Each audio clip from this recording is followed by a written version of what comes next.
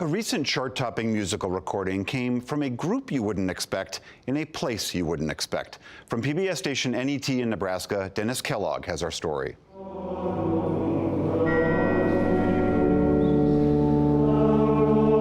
When you hear Gregorian chants, ancient churches and monasteries in Europe may come to mind. But these chants are thousands of miles and hundreds of years closer.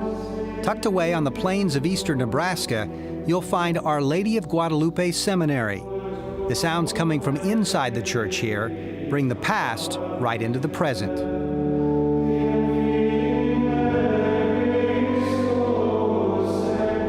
To some extent, this music is from the early Christians, we believe, would have been singing something that resembles what we have now and what we call Gregorian chant. Some believe that even in the Jewish synagogue that they would have this same style of singing. Father Zachary Akers is a graduate of the seminary and now a priest in the Fraternity of St. Peter. As a child, his mother would play Gregorian chants to help him calm down. We, as Christians, in our relationship with God, it transcends just mere words. And so we pray not just with our mouth, but with singing, with our heart being uplifted to God. The chanting and the Latin lessons are part of the daily routine for the 90-some seminarians who will live and study here for 7 years. Father Joseph Lee was the last student to be accepted into his class when he arrived in 2000. Now, he's the academic dean. These are obligatory. These are not electives. They have to do it. Whether they went to music school before, acquired a major in the subjects, or whether they're tone deaf and cannot match pitch.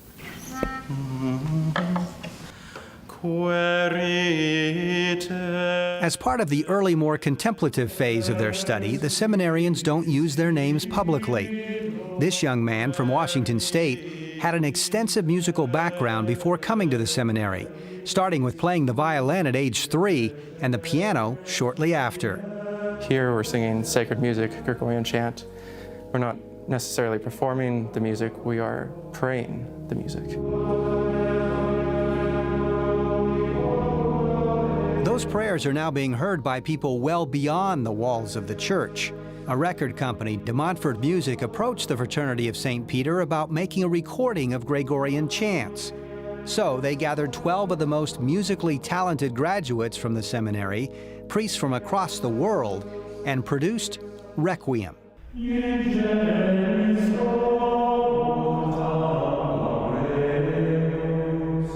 It's a Latin word that means rest. And for this album, it's a selection of music that is simply the Catholic Church's musical list for a funeral mass.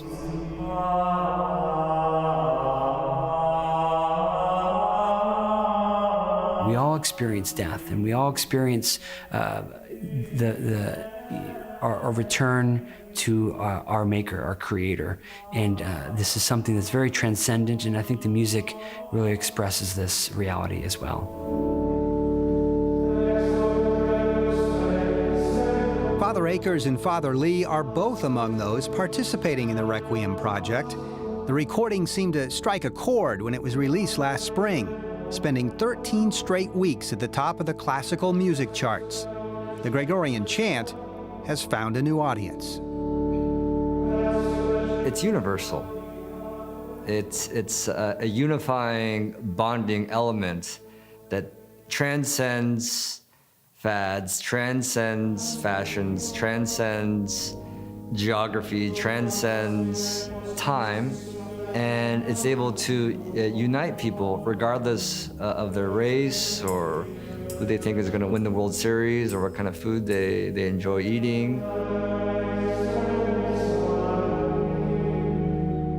Maybe it's not such a surprise that a recording of priests praying Gregorian chants has become a success.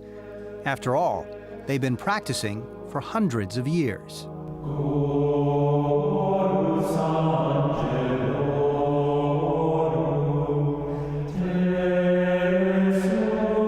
Gregorian chant is not something that is just of olden days, that's being sung at some small monastery in Spain. This is something that is very much a part of our life as Catholics.